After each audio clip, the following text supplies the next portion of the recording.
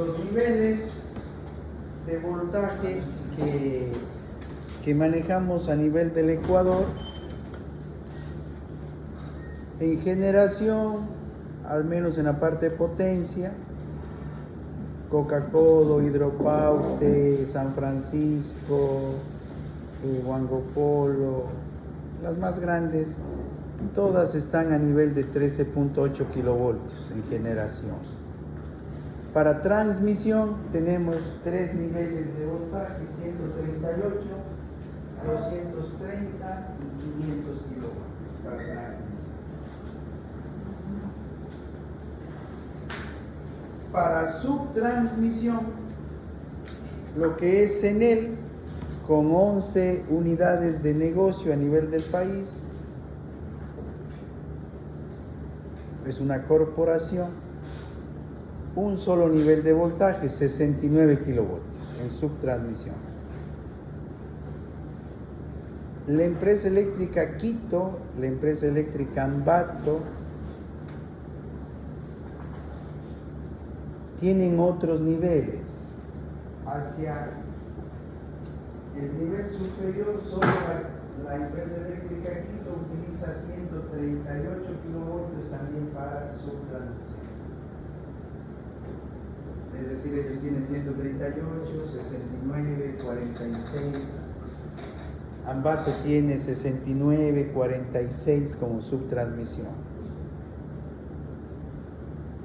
34.5 también algunas líneas.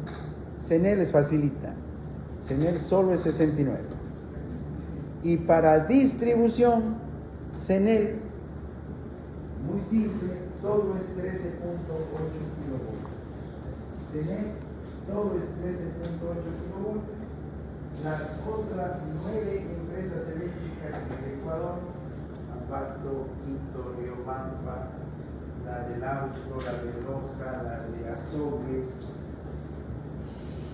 por ahí alguna otra que se me pase, tienen otros niveles: 13.2, 22 como niveles de voltaje de distribución. Ahora, en la etapa ya de distribución, la distribución puede ser trifásica o monofásica. La distribución monofásica la podemos encontrar en función de la carga, tipo de carga, igualmente la trifásica, y pudiendo darse en bajo voltaje y en medio voltaje. Bajo voltaje consideramos hasta 1 kilovoltio. Medio voltaje hasta 34.5 kilovoltios. Alto voltaje desde 34.5 hasta 138 kilovoltios. Alto voltaje. Y extra alto voltaje desde 138 hacia arriba. En el caso nuestro serían las líneas de 230 y las de 500.000. Ese es un sistema de extra alto voltaje. De 34.5 a 138 simplemente es alto voltaje. Cualquier línea que encontremos, que no son muchas, porque está estandarizada. Hablamos a nivel de nuestro país: 13.2, 13.8, 22 y 34.5, no hay más. Eso está como medio voltaje. Menos de 1000 voltios, eso se llama bajo voltaje. Entonces, la distribución se va a realizar de forma monofásica y de forma trifásica. Los niveles de voltaje en las líneas de alimentación estará dado en función de la potencia de la capacidad de las cargas, para que la empresa distribuidora entregue a usted, ya sea en bajo voltaje, en medio voltaje o en algún caso en alto voltaje. ¿De qué va a depender?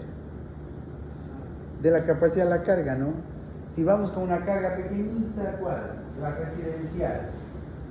La residencial. Si su carga consume, su casita consume hasta 30 kilovatios, ¿qué dice la empresa distribuidora? ¿Monofásica de cuánto? voltaje. No, directo, ya específico. El nivel específico de voltaje que entrega la distribuidora. Para su casa, ¿cuánto le queda? 120. No pone igual. 60.000 voltios, eso es bajo voltaje. Y monofásico. ¿Por qué? Porque la casita es una carga monofásica que demanda máximo 30 kilovatios. Pero si es de una pequeña mansión que tiene una demanda de más de 30 kilovatios, ¿qué dice la empresa eléctrica? No, ya no puedo darle una alimentadora en bajo voltaje. ¿Qué nos va a dar? En medio voltaje. Y para ahorrarle un poquito, le dice, vamos a darle una alimentadora en medio voltaje monofásica. Pero la alimentadora principal que tienes en él es trifásica de 13.8. Y si su mansión va a tener una alimentadora monofásica, escoger simplemente una fase, ¿no? Y esa fase sería de 7.9, monofásica. 7.967 voltios monofásica. ¿Para qué? Para que usted ponga su propio transformador de 7.9 a 122.40, pues, y prendemos su refrigeradora de la casa. Bien. Pero si su carga sigue creciendo y llegamos como a estos edificios, ¿qué sucede? Es un edificio que ya consume mucho más de 30 kilovatios y la carga es grande, entonces ya no vamos a darle una alimentadora monofásica, sino que nos da para poder distribuir la carga, nos dan una trifásica. ¿A qué nivel de voltaje? 13.8. A 13.8, a 13.800, pero hay un tope. ¿Hasta cuánto? Hasta 1 mega, es decir, 1000 kilovatios. Yo hago este edificio, hacemos el estudio de la carga. Si estoy por debajo de los 1000 kilovatios, es decir, por debajo de 1 mega, entonces la distribuidora me da una alimentadora de 13.800 trifásica. ¿Para qué? Para que el dueño del edificio, ¿qué tiene que hacer? En este caso, pues ya no decimos solamente transformador, sino ya decimos subestación. Tiene que poner su propia subestación, su propio transformador. Pero ya por la magnitud del voltaje, la capacidad, entonces ya se entiende que toma el cuerpo, la forma de una subestación. Con transformador en aceite, con transformador seco, con celda de media tensión, con aislamiento encapsulado, aislamiento ahí, significa aire libre, como se haga el proyecto. Pero la carga sigue creciendo porque de aquí frente a este edificio está el mall. Y el mall pues tiene una carga de 4 megas o 5 megas. Entonces la empresa eléctrica, ¿qué le dice? No, usted ya pasó de 1 mega. 13.8 trifásica solo hasta 1 mega. Usted ya pasó de 1 mega, entonces ¿qué le toca a usted? Le toca 69. Entonces la empresa de distribución le entrega una alimentadora trifásica de 69.000 al mall. ¿Y ahora qué tiene que hacer el mall? Crearía su propia subestación de doble transformador por lo general, ¿no? De 69 bajamos a 13.8 y de 13.8 a 122.40 para el Servicio General de Electricidad. Pero eso también tiene un límite. Eso tiene un límite. ¿Hasta cuánto nos puede la empresa de distribución darnos una alimentadora de 69.000? 15, 20 megas. Más de 15, 20 megas, ¿qué dice? No, ya sale de mi jurisdicción, ya sale de mi administración.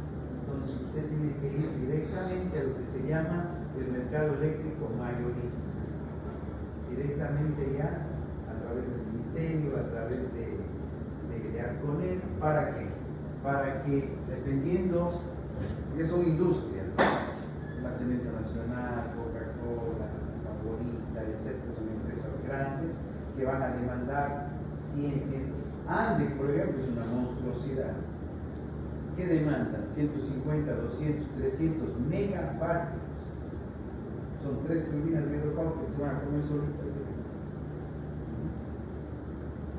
¿Hasta qué nivel de voltaje les damos a ellos?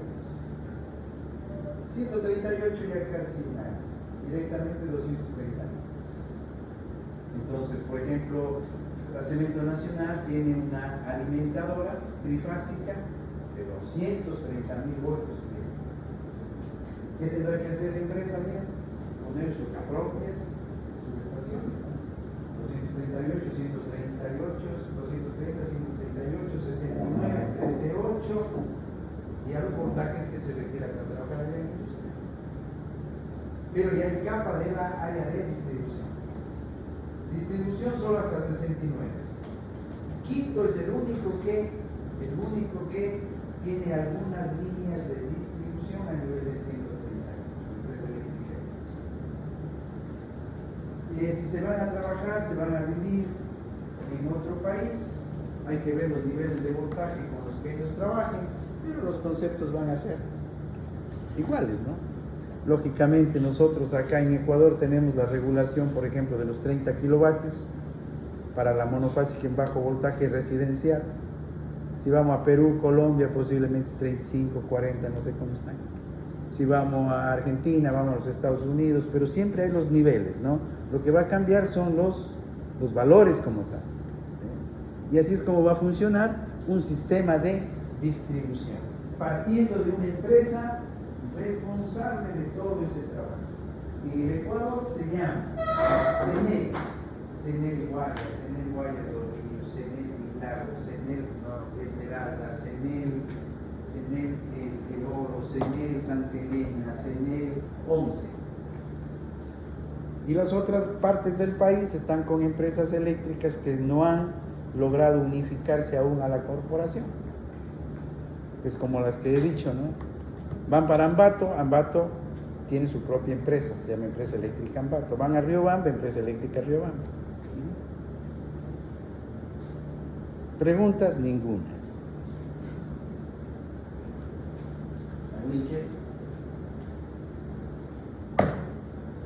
Este es el contexto de este mundo de la distribución, ¿no? Un mundo que es bastante grande, como todos los mundos de ingeniería eléctrica. Así que a esta altura ya no les llama la atención. Entonces vamos a ir desmenuzando y vamos a ir despacito. Y empecemos con quién? Con una distribución monofásica trifilar en bajo voltaje, la 120-240. Vamos a ir desde lo más bajito y vamos a ir subiendo. ¿Cómo funciona esto? El mouse si se ve. Ya. Vamos a tomar el caso de CENEL. Voltaje de fase, ¿cuánto? 69 kilovoltios, 69.000 voltios, que es la línea de subtransmisión. ¿A dónde llega? A una barra de 69.000 y vamos a una subestación de distribución, así se llama. La subestación de distribución, estos transformadores no hay mucho que pensar. Y poco a poco van a irse dando cuenta ustedes. Todos estos transformadores son delta estrella. Delta siempre en el lado de mayor voltaje, estrella en el lado de menor voltaje. ¿Por qué siempre es el delta estrella? Porque del delta estrella hay un filtro, ¿no? Para el caso de las fallas. Cuando hay una falla, la corriente del lado estrella, la componente homopolar, la de secuencia cero, no pasa al delta. Esa es la gran ventaja de tener la conexión delta estrella. Al menos la componente homopolar de la corriente de cortocircuito en el lado estrella no se refleja en el lado delta. Esa es la ventaja, ¿no? Si pongo un estrella, las tres secuencias se reflejan en el lado de alta. Entonces, encontramos una subestación de distribución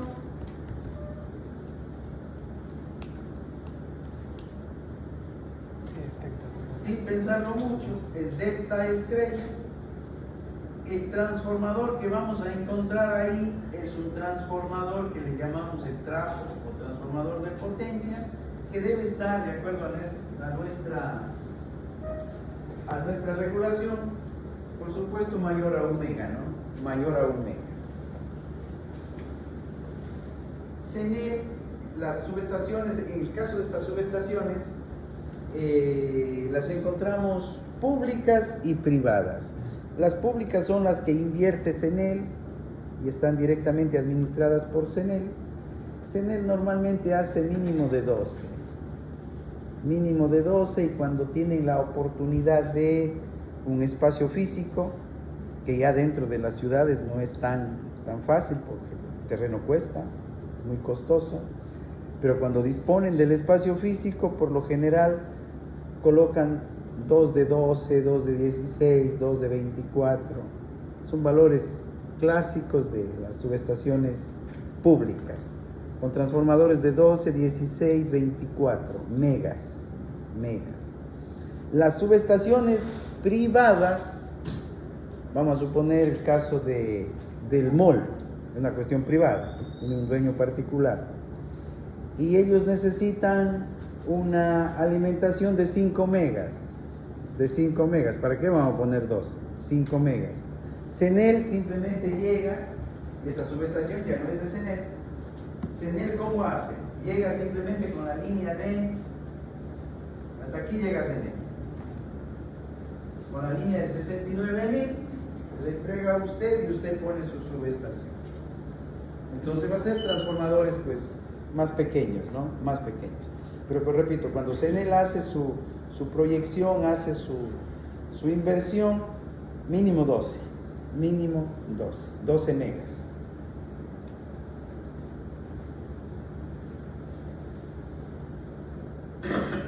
Estamos utilizando el caso CENEL.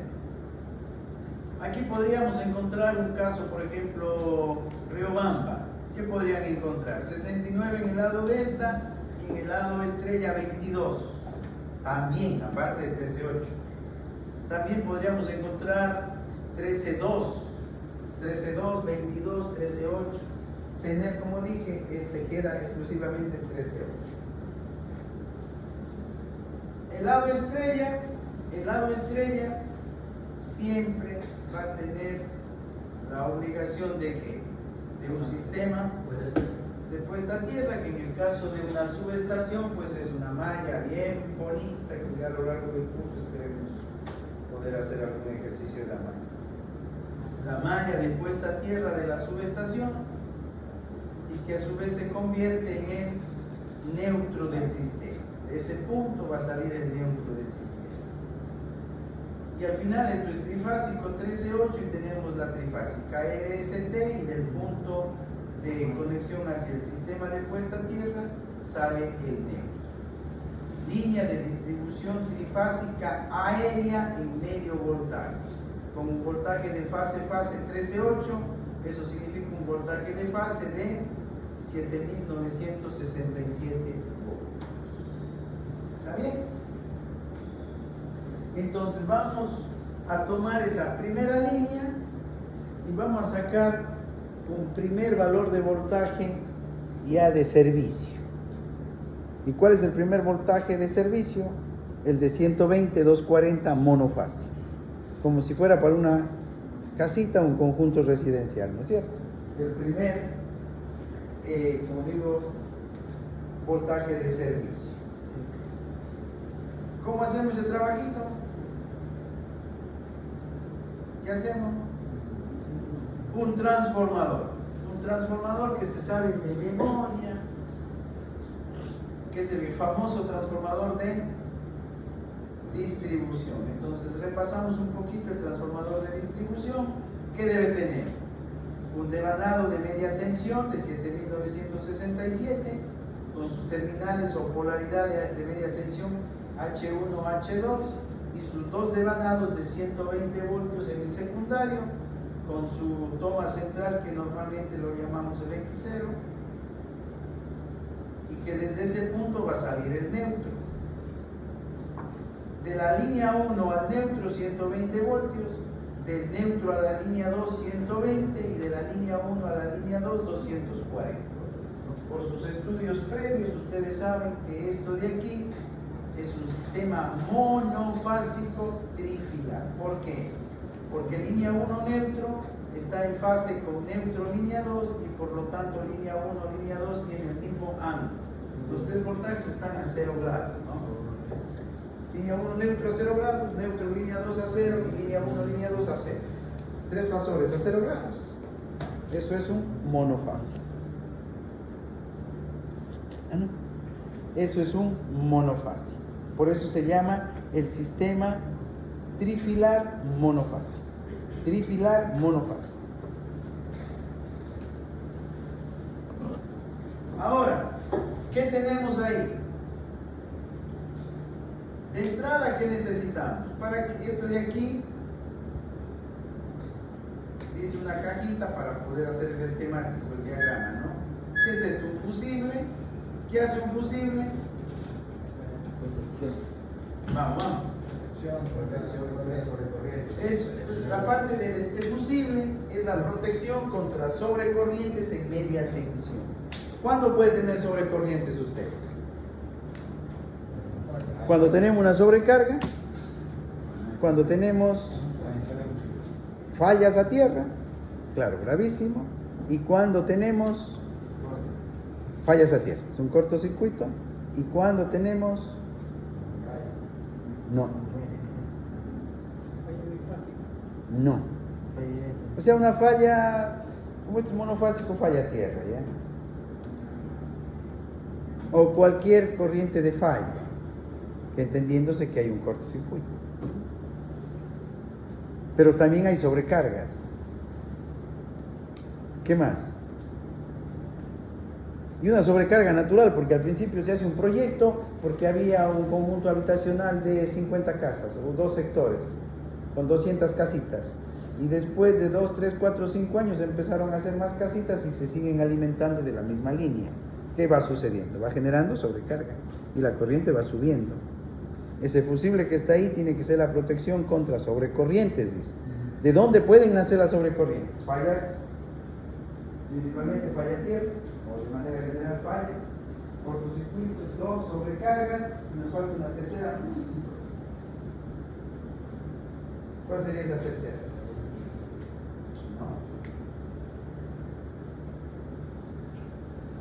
Ya pasaron esas materias. Cuando se dan arranques de motores. ¿Qué pasa en los arranques de motores? La corriente la dimos. En los arranques de motores tenemos picos altos de corriente, ¿no? Picos altos de corriente. Entonces, yo tengo que colocar un fusible ahí.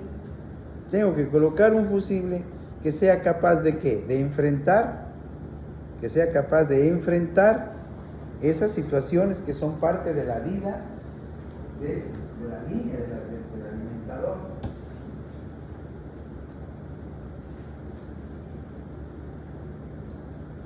Y va a ser bonito seleccionar fusible, ¿no? ¿Por qué? Solamente cuando energizamos el transformador ya tiene corriente de arranque. ¿Se acuerdan de la I? Y el fusible tiene que entender que eso es corriente normal, no es corriente falla. Después de que ya arrancó el transformador, de esa línea donde está el transformador, o dicho de otra manera, el transformador va a dar servicio a un motor. Y cuando arrancamos el motor, generamos pico de corriente. Y el fusible tiene que entender que eso es normal. Porque de repente, ¿qué suele suceder? Los problemas de ingeniería que ustedes se encuentran. Prende el motor y se dispara el fusible del transformador.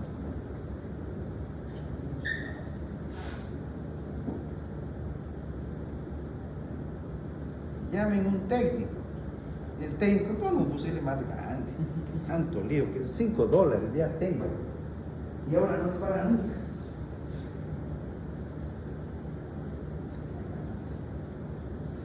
Y pongo el que estaba originalmente. Voy a arrancar el motor y dispara, ¿no ve? Y en el diseño inicial, de repente, colocamos un fusible que no permite ni arrancar el propio transformador.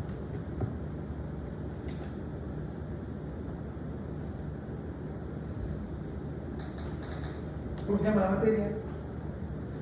Diseño de redes de distribución. Ya, entonces, sí se van empezando a dar cuenta del tema, ¿no?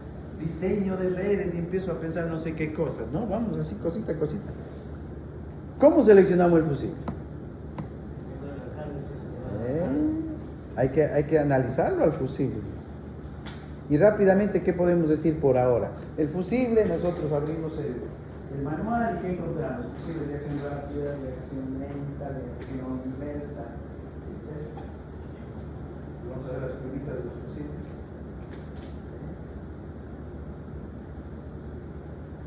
Para poder seleccionar. Pero la misión de él, ¿qué va a hacer? Protección contra sobrecorrientes que pueden generarse en el transformador, sobrecargas, fallas o arranques, sobre todo de motores en la parte de bajo voltaje. Imagínense que aquí en 240 yo conecto un motor de 240 voltios, monofásico. Arrancamos, pico de corriente, relación de transformación, ¿no? Pico de corriente acá, eso se refleja acá en el primario y el fusible dispara.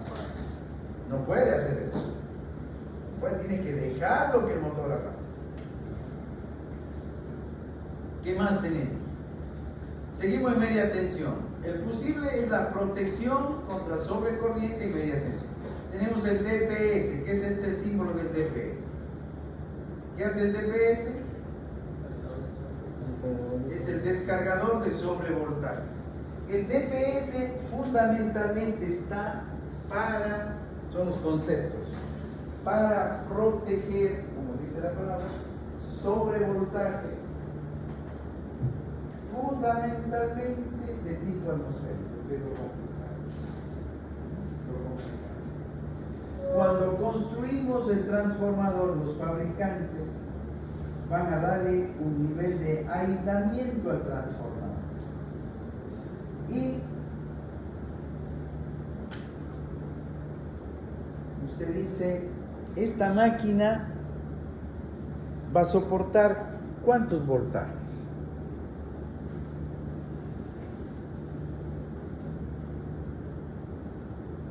Ahí ya se complica ya. Ya tengo que sacar marcador. No hay cómo solo con las palabras.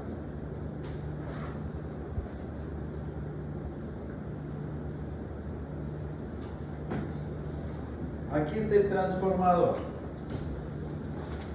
Este tanquecito sencillito. Y vamos a coger el más facilito, ¿no? El que tiene pues un solo bushing, porque el otro terminal, pues ya mismo completamos el diagrama, es el que va a tierra, ¿no? Devanado de media tensión, el de 7965. Y está conectado, acá está la trifásica, LST, ¿a dónde conectamos? Únicamente a una línea, ¿no? Porque el transformador es de 7965.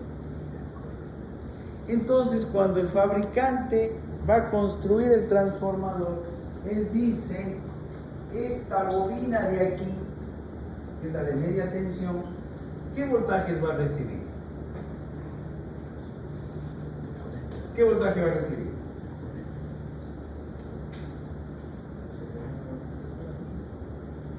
¿Cuál sería esta? La de 7967 voltios RMS, ¿no? Una senoidal de 7967 voltios RMS, ¿de qué frecuencia? Esa es la tensión nominal del transformador. Entonces, él debe tener un aislamiento que pueda soportar hoy, mañana, pasado, todo el mes, todo el año, toda la vida. Porque esa es la tensión nominal. ¿No es cierto? Y si es 7000 voltios, el aislamiento del devanado debe ser tal que ante 7000 voltios, pues, no tenga ninguna desconfiguración, ninguna fisura, ningún tipo de fenómeno que atente contra la vida útil de la bobina. ¿Se comprende? Bien. Pero si así funcionara la red de distribución, pues nos quedamos sin trabajo toditos. Pero no funciona así, gracias a Dios. Esta línea de aquí, en alguna parte, a la salida, ¿pero dónde viene esta línea? La de 13 y 8, ¿de dónde viene? ¿De dónde viene? De la subestación. No está puesto acá porque no es el objetivo, únicamente el bloque estamos poniendo el transformador, que es la esencia principal, ¿no? Pero cuando veamos la subestación en detalle, lo que vamos a tener ahí es un interruptor, tanto en el lado 69 como en el lado 13.8.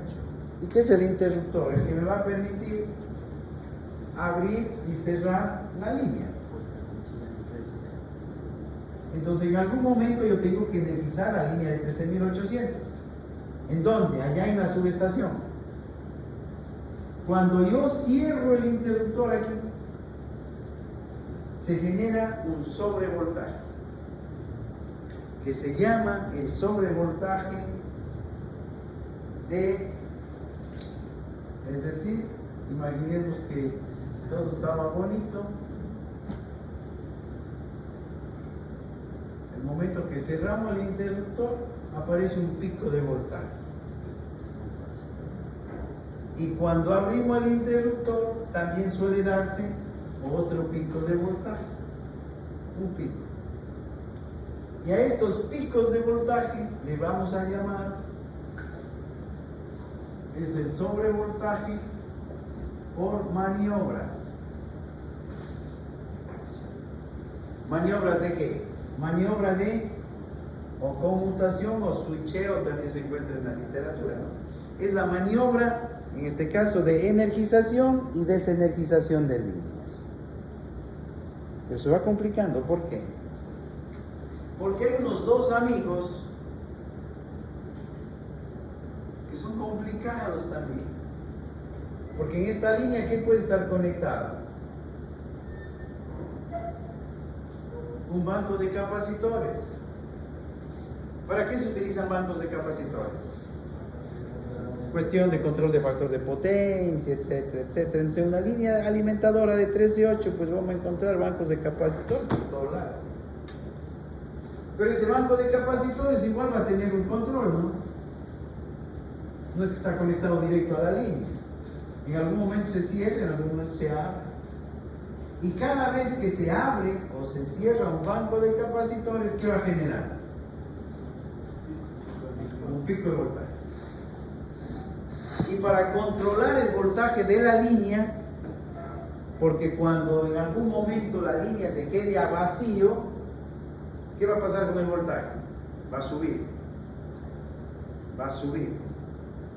Y si sube el voltaje, imagínense que toma corriente, ya no va a haber 120, sino va a haber 128, 130, 135. Eso no puede ser. Entonces necesitamos controlar la magnitud del voltaje de la línea. Y para controlar la magnitud del voltaje de la línea, ¿qué hacemos? Otro interruptor. ¿Y qué vamos a colocar? Lo que se llama el reactor inductivo, siendo un poquito más generales. A este también usted le puede dar el nombre de el reactor, pero capacitivo.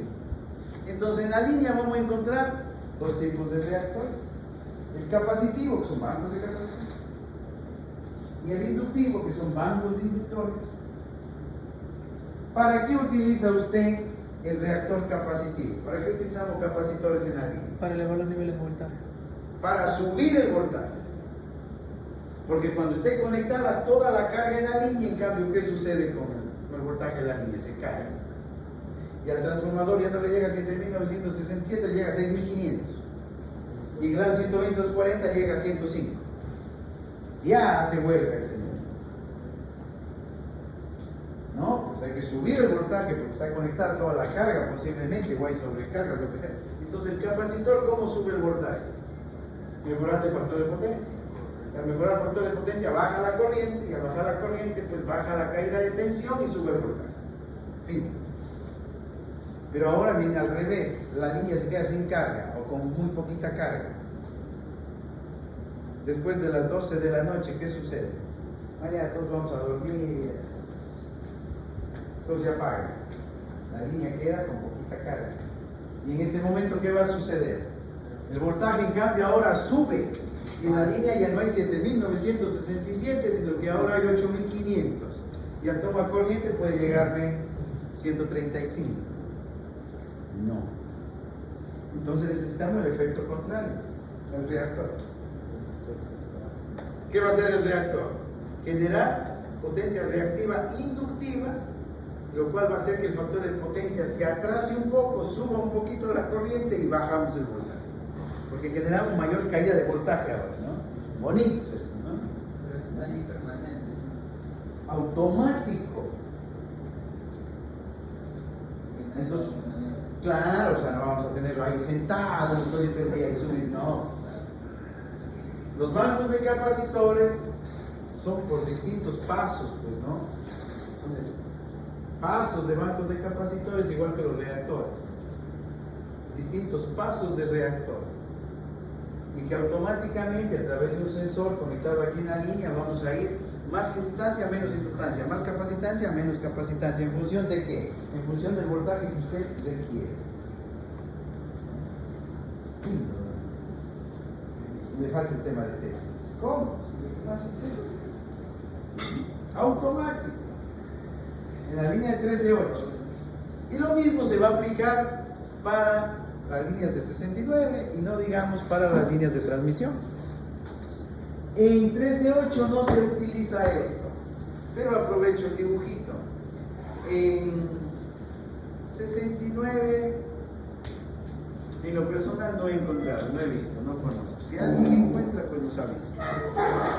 Pero en 138.000, en 230.000 y en 500.000, que es transmisión, también se utiliza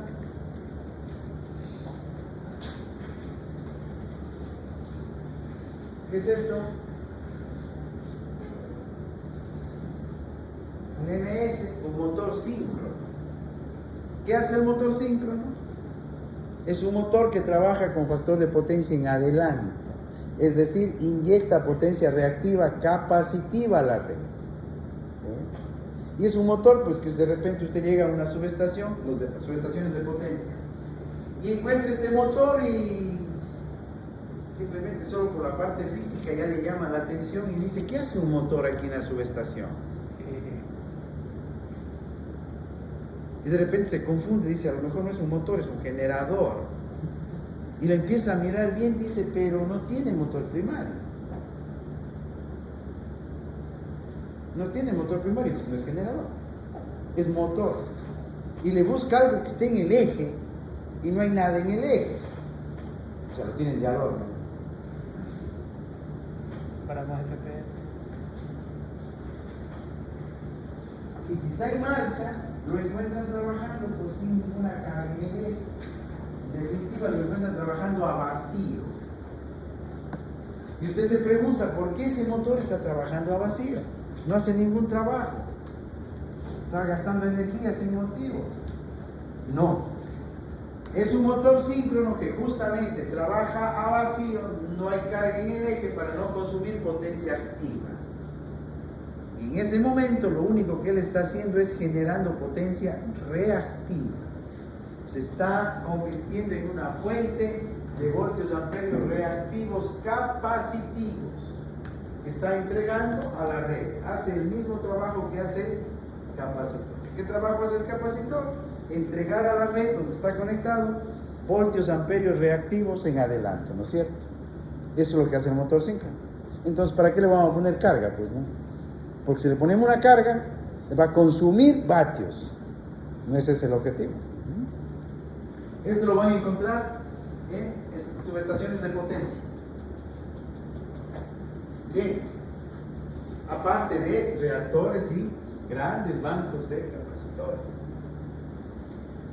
Pero volvamos a nuestro juguetito de acá.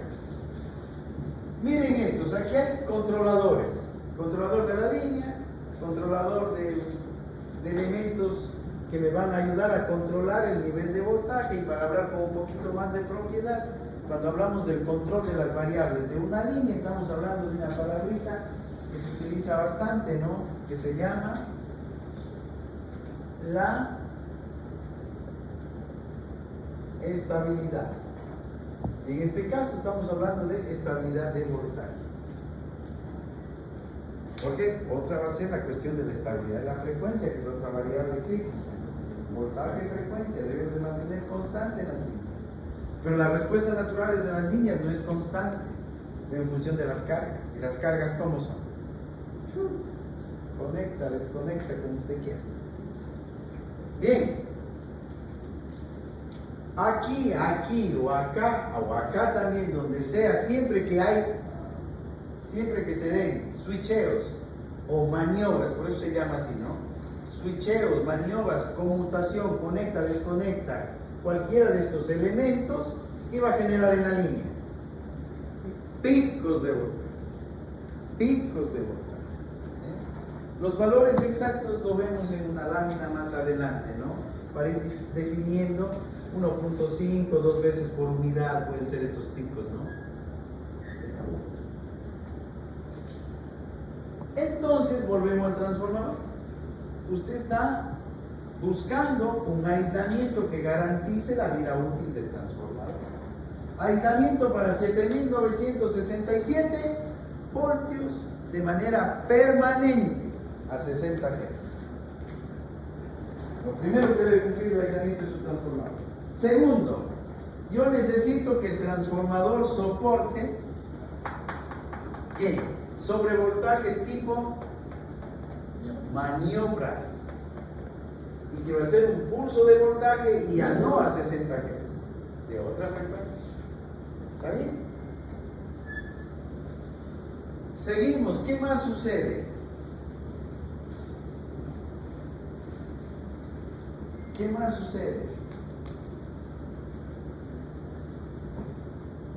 Imagínense que esta línea de aquí va a tierra. Hay una falla aquí, cayó un árbol y toca la línea S.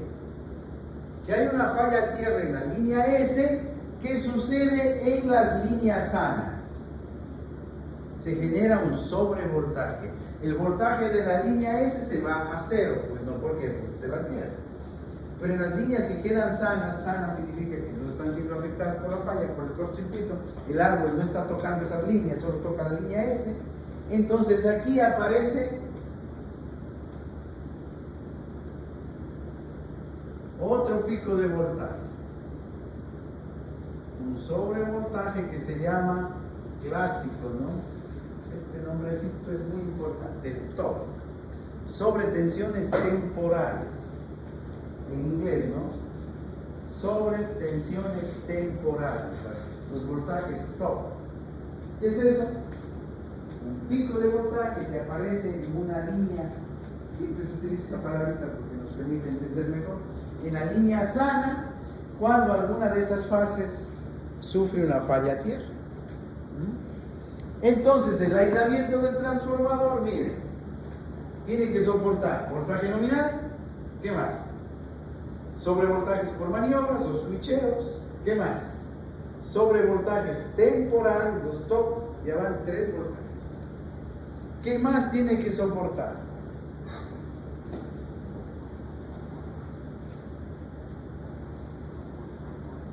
¿Qué más tiene que soportar? Ah, ya el tiempo, ya por suerte está saliendo el invierno, ¿no? ¿Qué es esto? Los rayos. Hay un rayo. Y ahí sí no hay nada que hacer. Vamos a poner un parágrafo. Cae el rayo porque cae. Si tenemos tanta suerte y el rayo cae directo en la línea, cayó aquí el rayo, ¡pam! En la línea. En líneas de distribución que son líneas de poste de 12 metros, 1,80, ya, redondeado, 2 metros. Empotrado, ¿cuánto queda? 10 metros, postes de 10 metros, la cruceta está arriba, 10 metros. Postes de 10 metros de altura, aquí son suavito, suavito y facilito, 6, 8 megavoltios. Si le pegamos en la línea, si el rayo cae cerca de la línea, ¿cómo podemos interpretar cerca? 100 metros. Ya. Si hay un rayo que cae a 100 metros de la línea, cae en la tierra, pero el rayo es corriente y es corriente variable, no senoidal, por supuesto, es un pulso, pero al ser variable, la ley de Faraday, ¿qué dice? Tiene corriente variable que genera campo magnético variable. Campo magnético variable, aquí tengo un conductor, se induce sobre las fases que un sobrevoltaje, voy a ponerlo con rojo. Un sobrevoltaje, este es el tipo rayo, este sí, pero el que es inducido lógicamente va a ser más pequeño, ¿no? Pero va a superar fácilmente los 1 o 2 megas. 1 o 2 megavoltios. No se aburren, si están aburriendo yo dejo. Solo porque me caen bien digo todo esto. Si no, no haría falta. Pero si no les gusta, ahí dejamos. La corriente tipo rayo es un pulso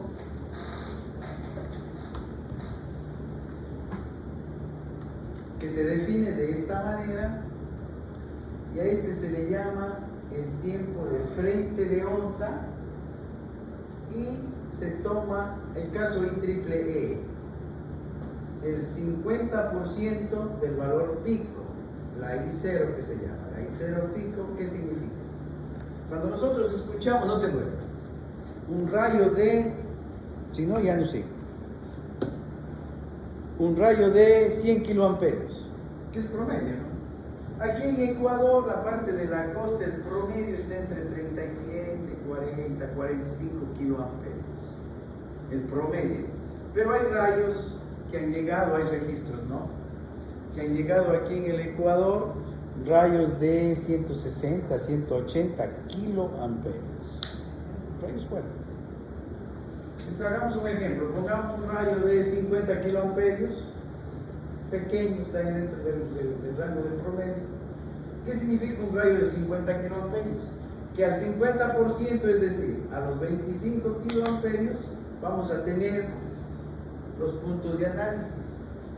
El punto pico se define como el tiempo de frente de onda o frente del pulso, y al 50% el tiempo de cola. El estándar, el caso IEEE, ¿cómo define? Para lo que es corriente, el tiempo del frente de onda 8, el tiempo de cola 20. Entonces se dice, este es un pulso 820, que microsegundos. Es decir, cayó el rayo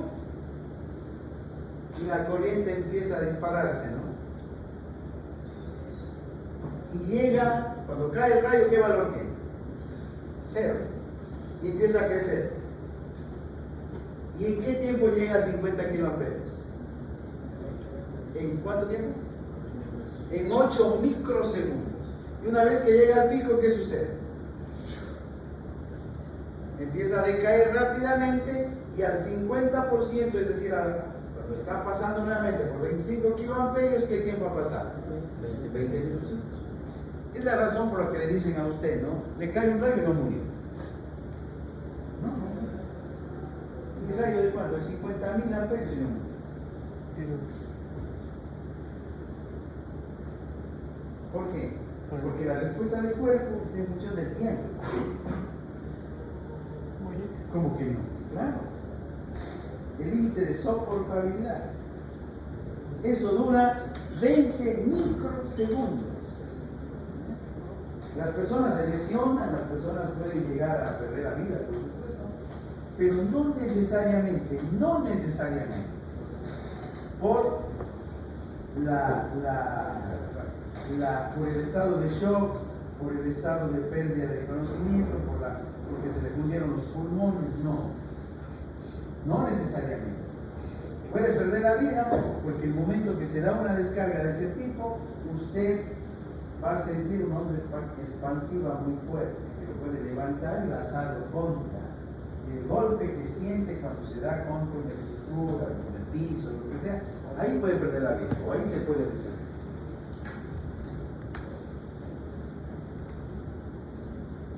¿Y dónde está esa razón? ¿De dónde encontramos una justificación a esa teoría?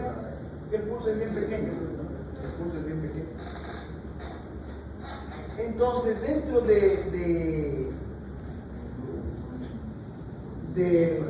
comportamiento de la corriente, la línea va a tener una impedancia. Impedancia por corriente, ¿qué va a generar? Voltaje. Y por eso que vamos a tener estos voltajes pues bastante altos. Y al final, el devanado de su transformador, ¿qué tiene que hacer? Tiene que resistir, ¿no? Pero es imposible que pueda resistir 8 megavoltios. Es imposible que pueda resistir 1 megavoltio, 1.000.000 de voltios. Si le llega un rayo a la bobina, la va a fundir. Y no solo cuando se da este caso, ¿no?, de los impactos directos aquí, no solo que se funde la bobina, sino que inclusive las fuerzas electrodinámicas que se generan sobre el núcleo del transformador hacen que el núcleo se deforme. Y cuando abren estos transformadores, para ver qué es lo que pasó por dentro, ¿no?, encontramos, ustedes han visto el núcleo de un transformador, es láminas ferromagnéticas, lo encuentran deformado. Qué fuerza tan violenta, ¿no? Se fundió la parte eléctrica y la parte electromagnética está completamente deformada, distorsionada. ¿Sí me comprende? Entonces eso no podemos permitir. Entonces los estándares se va definiendo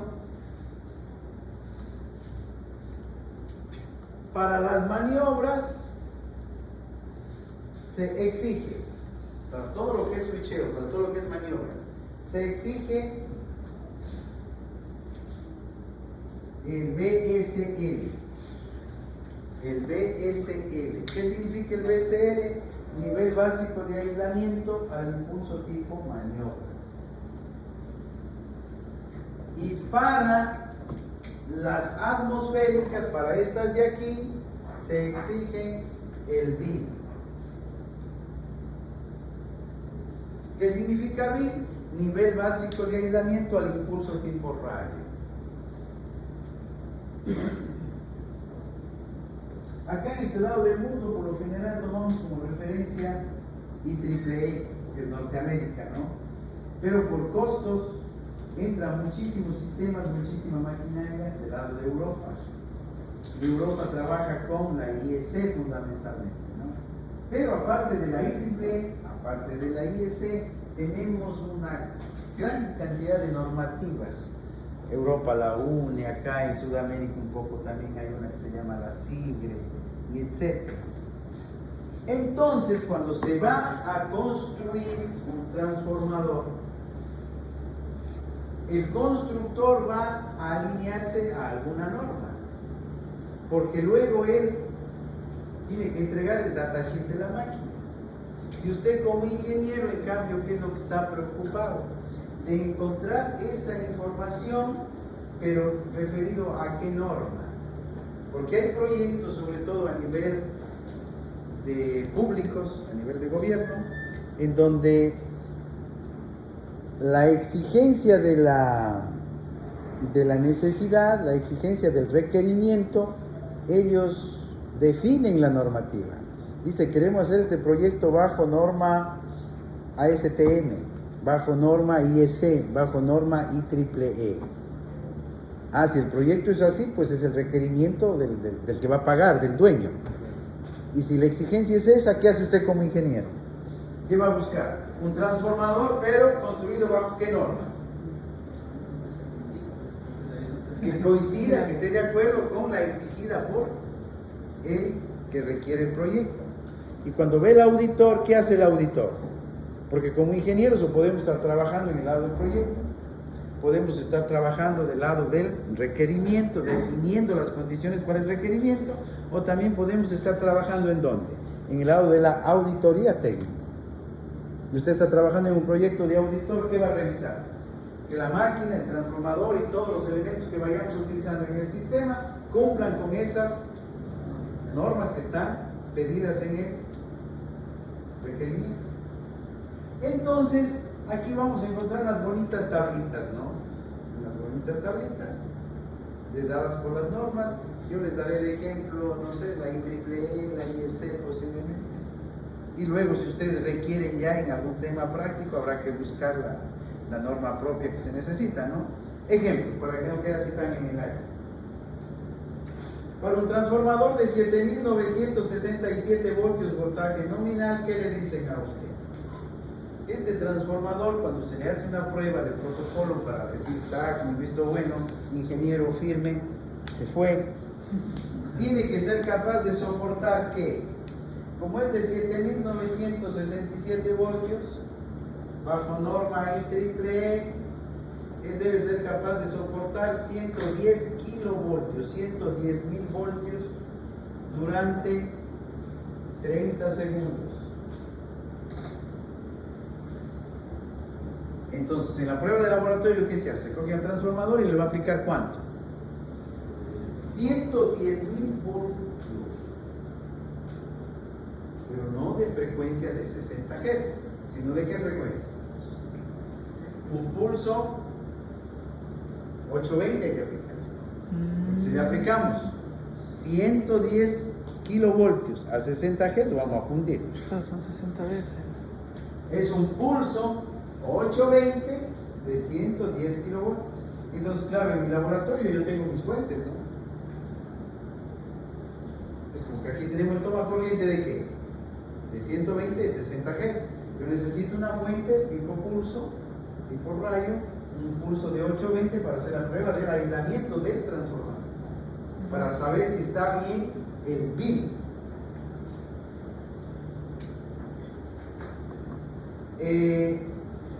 Igualmente, ¿no? Según la IEEE, necesitamos pasar este problema. Y para 7000 nos van a pedir 34 kilovoltios. Si nos piden un poquito más.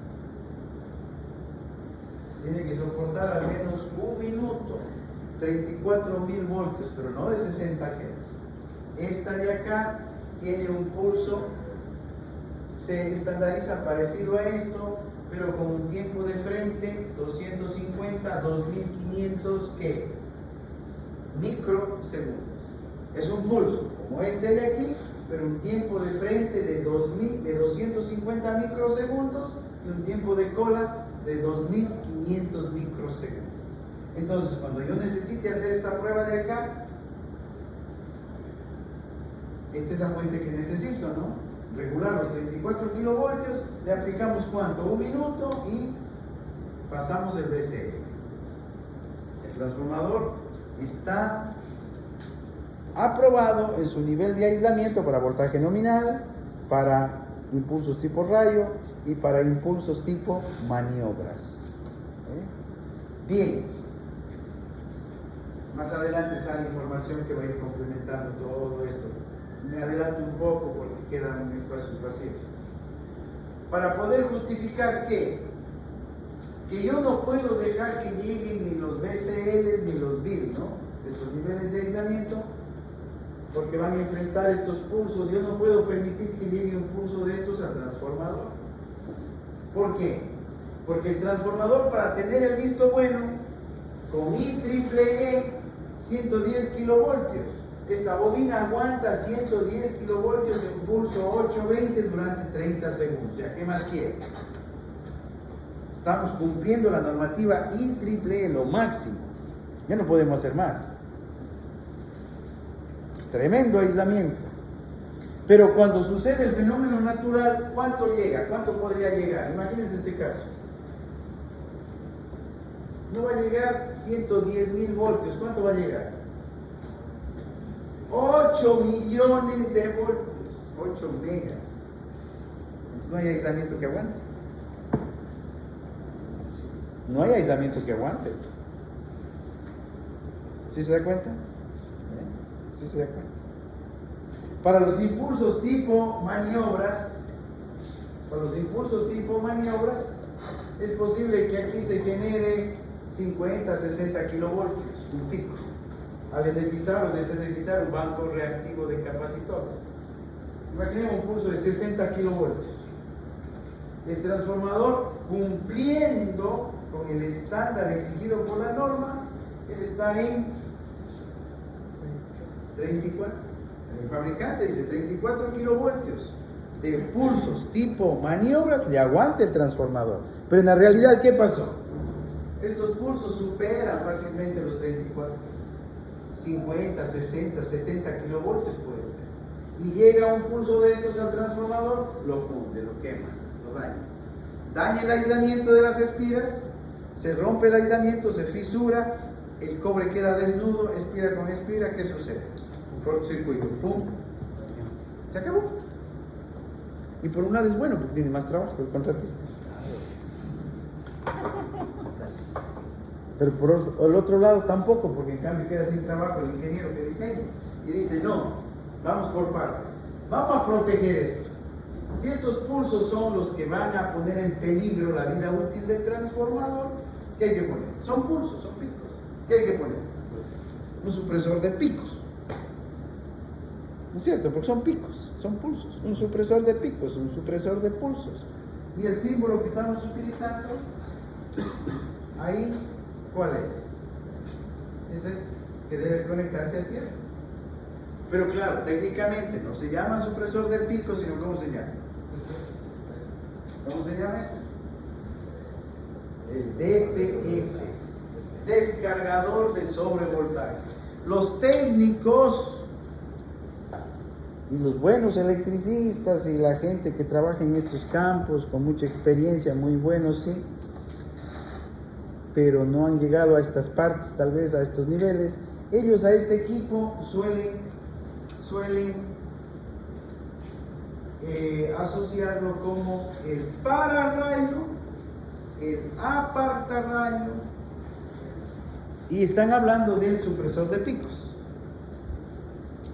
cosa que en este momento usted empieza a marcar una diferencia pues claramente específica.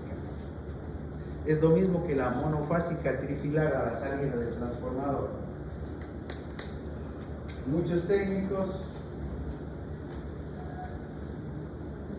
aquí a la salida del transformador es la monofásica trifilar. Ustedes se entienden, han demostrado, saben, está clarito, ¿no? Pero ustedes, la gente que no alcanzó el nivel de análisis, de estudio a estos niveles, comúnmente hablan del bifásico. Y hablan de la alimentadora bifásica porque hay dos fases. Fase 1, fase 2, y así se dice. Aquí la fase 1 y la fase 2. Ah, pero son dos fases, bifásico. No. Es monofásica trifilar. Dos fases, pero monofásica trifilar. ¿Por qué? Porque están a 0 grados los fasores. Para que sea bifásica debe haber 90 grados. Y no hay 90 grados en esos voltajes, pues, ¿no? Entonces igual acá. Esto no es un pararrayo ni un apartarrayo. ¿Qué es el pararrayo? Es la punta captadora. Aquí está el edificio. ¿Qué ponemos aquí? Un pequeño mástil y podemos poner una puntita captadora ahí. ¿Para qué? Para que los electrones, esto está conectado con un cablecito, con un sistema de puesta a tierra, ¿no? Cuando viene el rayo, está viniendo a la tierra, el rayo, ¿no es cierto?, va a generar un campo eléctrico intenso que hace que las cargas, si el rayo es nube tierra, pero negativo, ¿qué significa? Que trae en el rayo cargas negativas, descarga cargas negativas hacia la tierra. Trae cargas negativas, es decir, muy parecida a como si fuera una corriente eléctrica, ¿no? Porque la carga de la corriente eléctrica está formada ¿por quién? Por los electrones. La carga de los electrones, carga negativa. Entonces, si el rayo es nube-tierra, negativo, lo que va o lo que transporta desde las nubes, desde el espacio, ¿qué es? Carga negativa. Si eso es así, desde la Tierra, ¿quién le sale a encontrar? ¿Quién le sale a recibir? Campo eléctrico, ¿qué hace? Genera la atracción. Le sale a recibir desde la Tierra, ¿quién le sale a recibir? A medida que se va acercando el rayo. La carga contraria, pues, ¿no? Porque tiene que atraerse. Entonces, desde la Tierra subimos protones.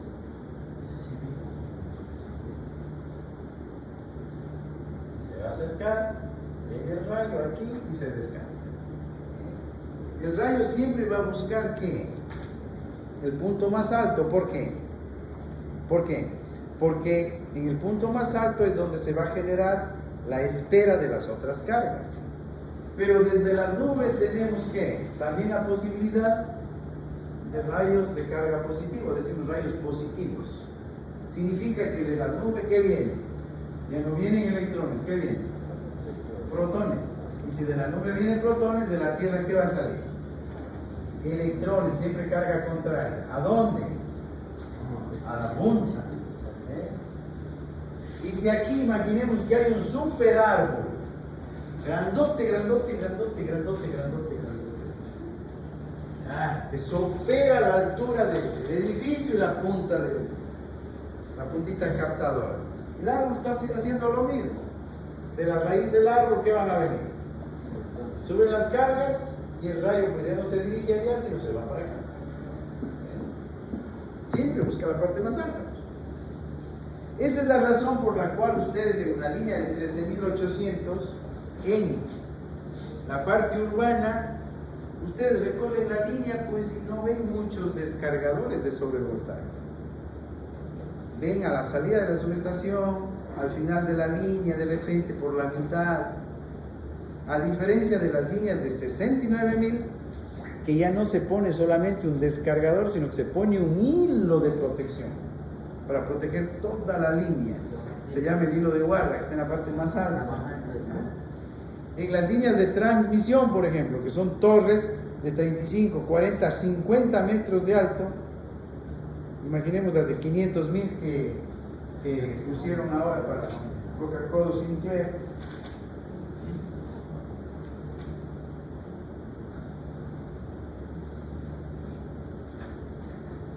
Así está la línea, ¿no? Están los aisladores, viene la línea. Y en la parte alta de la torre, ¿qué tenemos? Un hilo de guarda y otro hilo de guarda, doble hilo de guarda. Cualquier descarga atmosférica, ¿dónde va? La parte más alta. Cae en el hilo de guarda y de aquí tienen que ir a tierra. Y evitamos que caiga aquí en las bases. A nivel de 69.000 y todas prácticamente, líneas de 69.000, ustedes ven que en la parte superior está el hilo de guarda, el hilo de tierra, protección contra descarga atmosférica. Bien, pero en las líneas de 13.8, aquí a nivel de la costa, en la parte urbana, casi no lo encuentran. A nivel de la sierra, cuando tenemos líneas, por ejemplo, para Ambato, líneas de 22, que se utilizan esos niveles, línea de 22, el poste es un poquito más alto, ya utilizan hilo de guarda. Pero en las de 13.8 acá de la costa, ¿qué resulta? Que la línea está por aquí, ¿no? Aquí está el poste, acá está la tierra, ahí está la línea, pero ¿qué sucede? Como digo, esto es unos 10 metros. Y 10 metros fácilmente es casa de 2 pisos con su techo y ya está más arriba de la línea. No digamos UPS, está acá arriba. Entonces hay un rayo que viene, nunca va a caer en la línea, va a caer en el edificio. En la zona rural, ¿qué sucede con las líneas de distribución?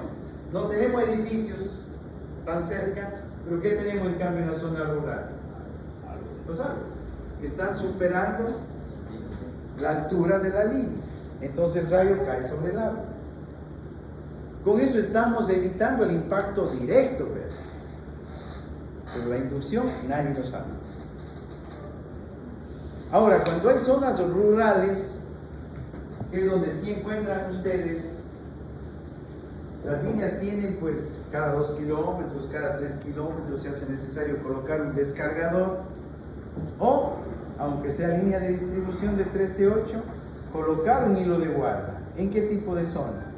Zonas rurales, donde no tenemos estos escudos naturales de protección, ni árboles, ni construcciones, sino que son zonas rurales un poco desérticas, que la línea usted la ve solita ahí, ¿no? No hay quien le ayude. Entonces, ¿qué toca? Ponerle un hilito de protección. Todo esto esto para entender el por qué está aquí. Este de aquí, ¿no? ¿Sí ven? ¿Cuál es la razón del DPS aquí? ¿Sí se ve? En esta no está completo, pero lo que sucede por el lado de media tensión, si se concentran un poquito no es difícil entender y con la guía suficiente. Estas líneas, cojamos la parte antigua de la ciudad, la distribución pública en bajo voltaje. Esto está en un poste y cuando sale del transformador, ¿qué encontramos aquí? Es como un bastidor, ¿no? ¿Qué es un bastidor? Esa rejita que ponen con 3 aisladores. ¿Para qué? Para que aquí vayan las líneas y de aquí a la salida del transformador el neutro es el que va más arriba, la fase 1 y la fase 2. ¿Sí se fue? La línea 120-240, ¿no? Ya. Lo que pasa aquí en 13.8 puede pasar aquí en la línea de 120-240. Cae un rayo. Acá por tierra. Cayó en la tierra. Hay inducción aquí sobre las líneas del lado de bajo voltaje. Y estos pulsos van a viajar y llegar al devanado de bajo voltaje. Si lo van a quemar, lo van a fundir. Entonces, ¿cómo estaría completo el transformador? Usted necesitaría, esto está a tierra, acá está el secundario del transformador, así, ¿no? Esto es neutro, está a tierra. Entonces, para que esté completa la protección contra sobrevoltajes, aquí, DPS de cuánto? El de media tensión, por supuesto.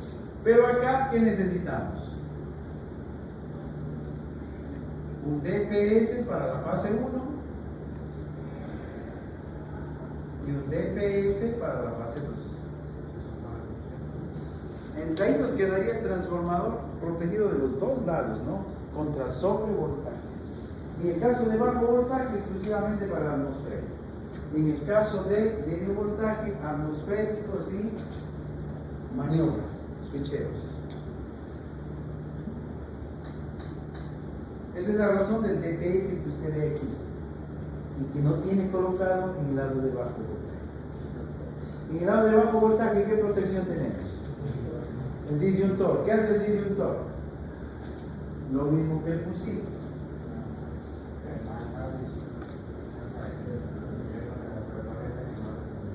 Controlar sobre niveles de sobrecorriente en baja tensión. Ahora, aquí se va dando una ingeniería bonita para ustedes. Tenemos un disyuntor aquí. Y acá, uno en cada fase. Y acá, en la parte de alta, ¿qué hemos colocado?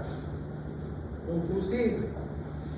Fusible y disyuntores. Esto es protección contra sobrecorriente en baja y esto es protección sobre corriente media. Hay una falla aquí en esta fase. Un cortocircuito aquí en esta fase.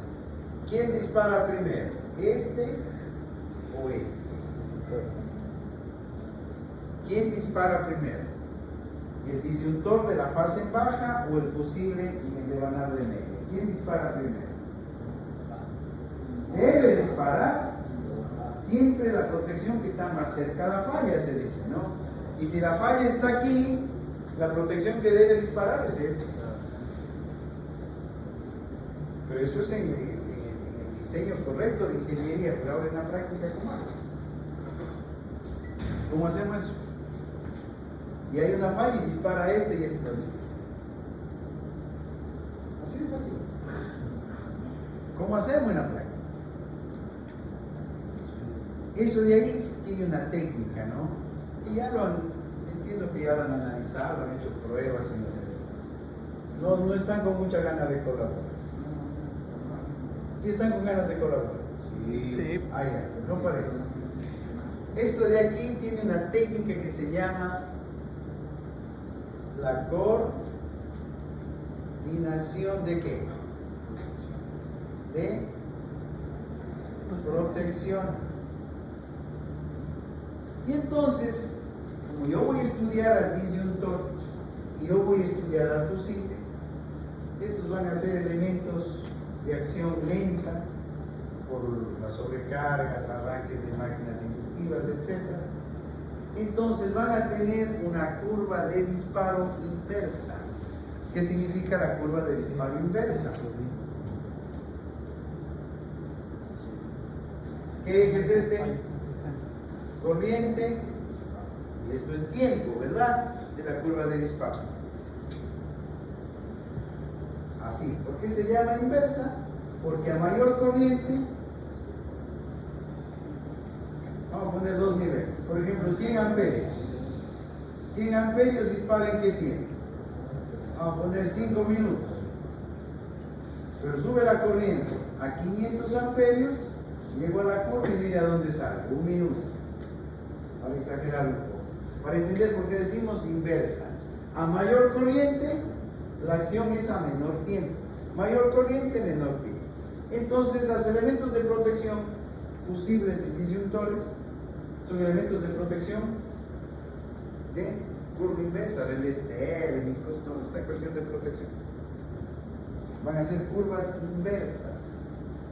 Entonces, necesitamos seleccionar la curva de protección del elemento que estoy utilizando aquí y acá. Entonces, si este fuera la curva de protección del disyuntor, ¿cómo tendría que ser la curva de protección del fusible? ¿Arriba o abajo? Arriba. El fusible tiene que quedar aquí arriba. Tenemos una falla de 500 amperios. ¿Quién dispara primero? El disyuntor. Pero el disyuntor se oxidó, le entró el agua, lo que sea, se ha dañado. Y no puede operar el disyuntor. Entonces la corriente se mantiene. Pasa un tiempo más y llega al fusible. Y ahí dispara el fusible.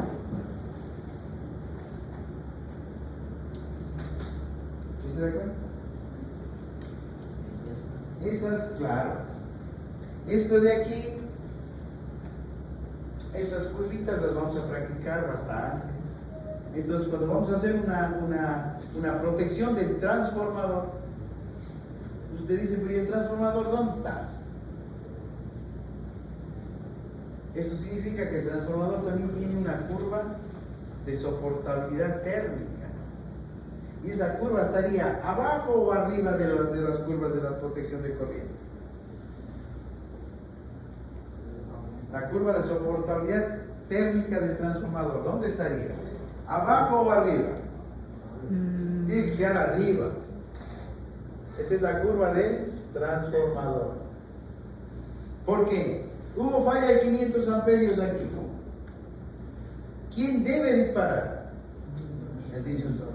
El disyuntor se fregó, se dañó, no disparó. ¿Quién dispara? El fusible. El fusible también se dañó, se jodió. ¿A dónde llega? Al transformador. Y ya llegamos a su límite de soportabilidad, pues ya se murió. Porque fallaron las dos protecciones, ¿no? ¿Sí se da cuenta? Entonces usted va a necesitar encontrar esta curva de aquí, ¿no? Que se va a llamar la curva de soportabilidad térmica del transformador. Vamos a trabajar con IEEE, como digo, es un modelo, y si ustedes encuentran luego pues la necesidad de trabajar con otra norma, pues hay que buscar la referencia que da la norma que a ustedes les interese.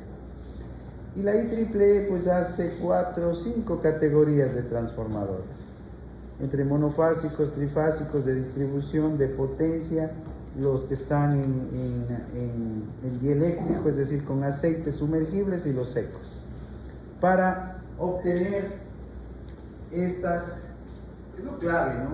Si usted va a colocar un fusible, que es la protección inicial contra corriente, para un transformador, usted necesita la curva de soportabilidad térmica, hasta dónde soporta el transformador, para bajo ese límite empezar a cuadrar sus otras protecciones. Y esto se hace muy bonito porque usted tiene protección aquí, protección acá, en la B baja, pero a la final este interruptor que dije que es la salida de la subestación, ¿qué es? Es otro breaker. Porque hay un cortocircuito aquí, a la salida de la subestación, ¿quién va a disparar? Ese breaker, porque acá antes del interruptor, ¿quién está? ¿Qué era este? El transformador es 69 metros. Hay un cortocircuito aquí. No puedo permitir que esa corriente de cortocircuito llegue al transformador, me va a fundir el transformador. Entonces, ¿qué tengo que poner? Un breaker. Y ese interruptor, a la salida del transformador, es un breaker. Entonces va a lo largo de la línea, ¿cuántos elementos de protección vamos a tener? Entonces acá necesitamos profundizar, analizar las partes conceptuales y luego, lógicamente, cuando ustedes ya están en las grandes ligas, bueno, entonces empiezan a sentir que el excitement, el etape, ¿cómo se llama? ¿Qué utilizas en él? Sindis. El sindis. Sí, por supuesto, son los que le ayudan a analizar esas situaciones. Pero al final ustedes ya conocen lo que son las herramientas, sobre todo informáticas, están para hacer mucho trabajo de carpintería, mucho trabajo de análisis, siempre y cuando nosotros ingresemos información confiable. Podemos ingresar en cualquier cosa, pues él va a mostrar cualquier cosa. Entonces eso nos obliga a que nosotros tengamos que entender, y que es el objetivo de estudiar estas partes de una manera un poquito aislada. ¿Qué quiero decir con esto? Que todas estas curvas de aquí las vamos a hacer ¿en qué quieren hacer? ¿En MATLAB o en Python? Como ustedes quieran. ¿En MATLAB o en Python? Porque pedirles que se compren una maleta Omicron está muy cara, ¿no? Hagamos un descansito, ¿les parece? Sí, sí. ¿Qué hora es? Son las 7:52. Ya, unos 10 minutitos descansemos.